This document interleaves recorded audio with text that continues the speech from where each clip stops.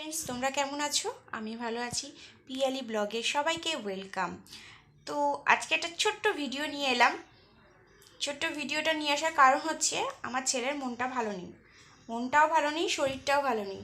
ঠান্ডা পড়েছে, 1 আর 2 ওর ঠান্ডা লেগে গেছে। আর ওর ঠান্ডা লেগে গেলেই শ্বাসকষ্ট হয়। তো ওর মুডটা তো চেঞ্জ করতে হবে, তাই জন্য ওর মুডটা চেঞ্জ করার জন্য তাই বললাম চল একটা ছোট করে ভিডিও করি।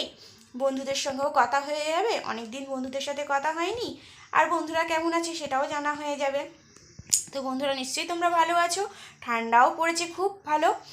তো আজকে সন্ধেবেলা আমার ছেলে কি করেছে সেটা তোমাদের সঙ্গে শেয়ার করবে।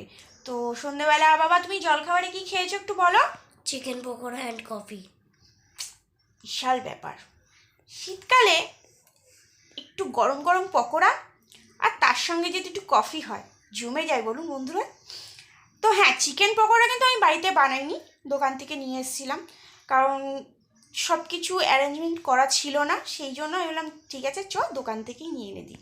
তো ওর ওষুধ খাওয়ানোও ছিল, তো সেই জন্য এখন সন্ধ্যাবেলাও চিকেন পকোড়াটা খেয়েছে, খেয়ে ওষুধ খেয়ে শুয়ে রয়েছে। তো ওর মনটা ভালো করার জন্য আমি একটা ছোট্ট করে ব্লগ নিয়ে এলাম। আশা করি ব্লগটা যদি তোমাদের ভালো লেগে থাকে, লাইক অ্যান্ড সাবস্ক্রাইব করতে প্লিজ ভুলো না।